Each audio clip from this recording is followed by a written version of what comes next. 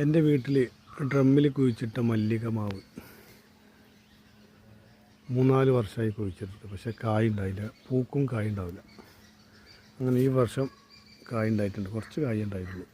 അപ്പോൾ അതിലൊരു മല്ലിക മാവ് മാങ്ങ പഴുത്തിട്ടുണ്ട്. എന്നിട്ട് പറിക്കുകയാണ്.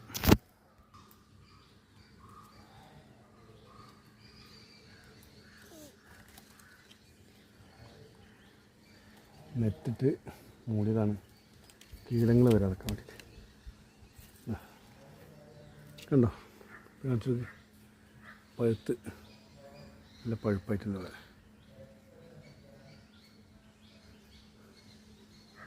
നല്ല സൈസ് ഉണ്ട്.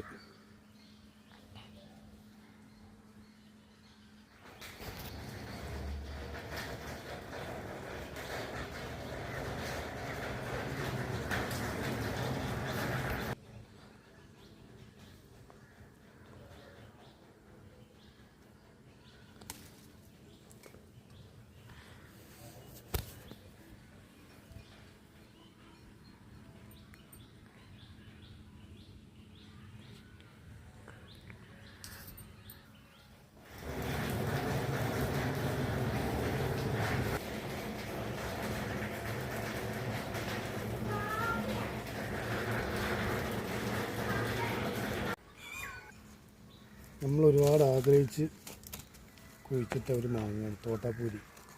ഇതൊരു കിലോൻ്റെ മേലുണ്ടാവും ഒരു മാങ്ങ. അല്ല, അതിൻ്റെ സൈസ് ഉണ്ടല്ലേ, സൈസ് നല്ല പഴുപ്പായിട്ടുണ്ട്. ഇതിൻ്റെ മേലെ തൂക്കം വരുന്ന മാങ്ങയാണിത്. ഇതിൻ്റെ പേര് തോട്ടാപ്പൂരി എന്നാണ്. നല്ല മധുരം ഉണ്ടാവും. അങ്ങനെ ഇത് ഒരുപാട് ആഗ്രഹിച്ച് നമ്മൾ കുഴിച്ചിട്ടാണ്. കഴിഞ്ഞ പ്രാവശ്യം ഉണ്ടായിരുന്നു, ഈ പ്രാവശ്യം എണ്ണം കുറവായിരിക്കും, പക്ഷേ ഉള്ളതിന് നല്ല തൂക്കം ഉണ്ടാവും. ഇതിന്മേലൊരു 4-5 മാങ്ങ ഉണ്ടായിട്ടുള്ളൂ, പക്ഷേ ഉള്ളതൊക്കെ ഈ സൈസുള്ള നല്ല വലുപ്പമുള്ള മാങ്ങയാണ്.